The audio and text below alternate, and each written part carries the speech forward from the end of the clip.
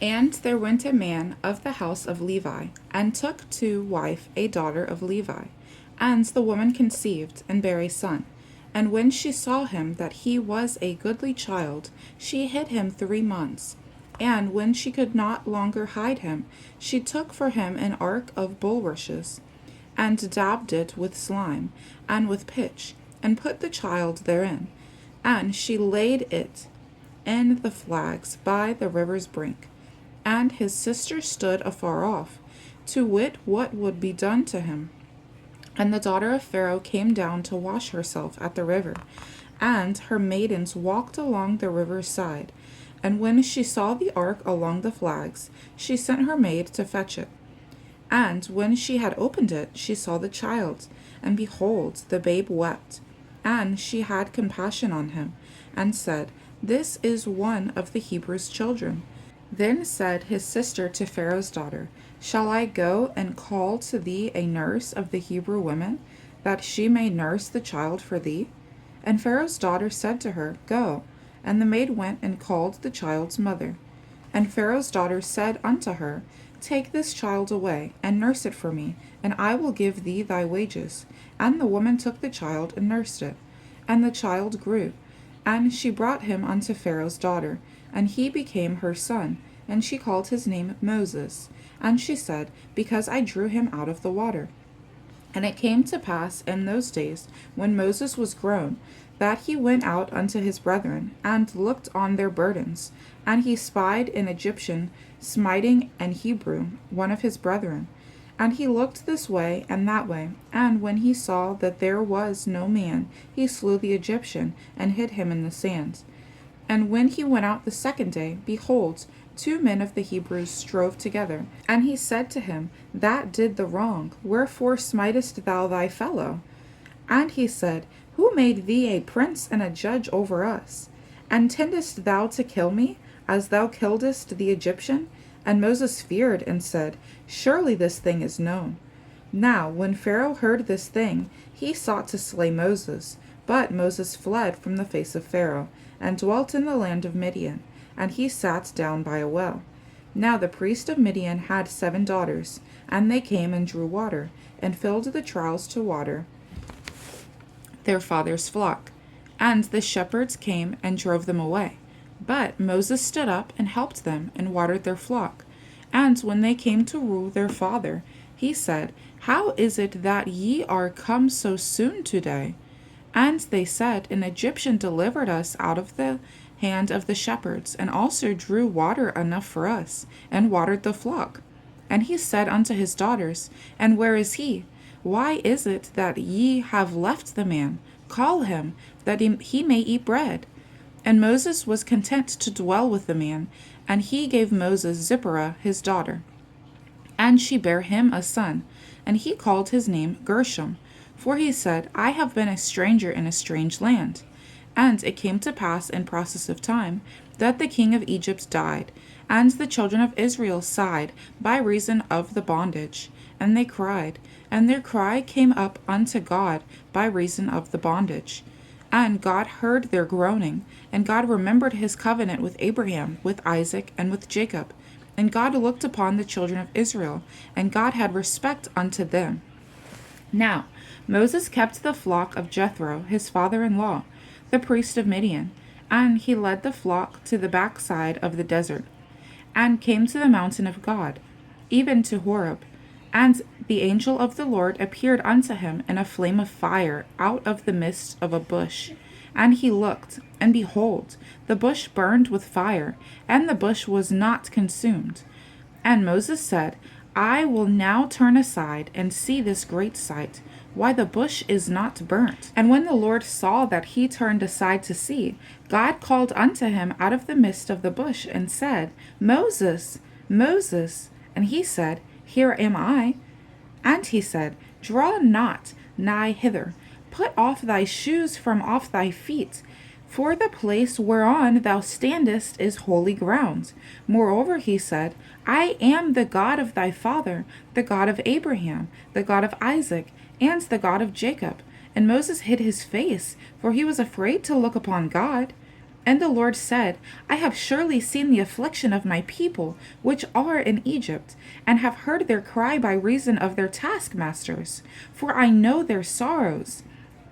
And I am come down to deliver them out of the hand of the Egyptians, and to bring them up out of that land unto a good land and a large, unto a land flowing with milk and honey, unto the place of the Canaanites, and the Hittites, and the Amorites, and the Perizzites, and the Hivites, and the Jebusites. Now, therefore, behold, the cry of the children of Israel is come unto me, and I have also seen the oppression wherewith the Egyptians oppress them. Come now, therefore, and I will send thee unto Pharaoh, that thou mayest bring forth my people, the children of Israel, out of Egypt. And Moses said unto God, Who am I, that I should go unto Pharaoh, and that I should bring forth the children of Israel out of Egypt? And he said, Certainly I will be with thee, and this shall be a token unto thee, that I have sent thee.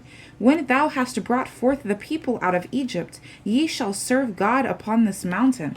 And Moses said unto God, Behold, when I come unto the children of Israel, and shall say unto them, The God of your fathers hath sent me unto you, and they shall say to me, What is his name? What shall I say unto them? And God said unto Moses, I am that I am. And he said, Thus shalt thou say to the children of Israel, I am hath sent me unto you. And God said moreover unto Moses, Thus shalt thou say unto the children of Israel, The Lord God of your fathers, the God of Abraham, the God of Isaac, and the God of Jacob, hath sent me unto you, is my name forever, and this is my memorial unto all generations. Go and gather the elders of Israel together, and say unto them, The Lord God of your fathers, the God of Abraham, the God of Isaac, and of Jacob, appeared unto me, saying, I have surely visited you, and seen that which is done to you in Egypt. And I have said, I will bring you up out of the affliction of Egypt, unto the land of the Canaanites, and the Hittites, and the Amorites, and the Perizzites, and the Hivites, and the Jebusites, unto a land flowing with milk and honey. And they shall hearken to thy voice, and thou shalt come, thou and the elders of Israel, unto the king of Egypt, and ye shall say unto him, The Lord God of the Hebrews hath met us, and now let us go, we beseech thee, 3 days' journey into the wilderness, that we may sacrifice to the Lord our God. And I am sure that the king of Egypt will not let you go, no, not by a mighty hand. And I will stretch out my hand and smite Egypt with all my wonders which I will do in the midst thereof. And I will stretch out my hand and smite Egypt with all my wonders which I will do in the midst thereof. And after that he will let you go. And I will give this people favor in the sight of the Egyptians. And it shall come to pass that when ye go, ye shall not go empty.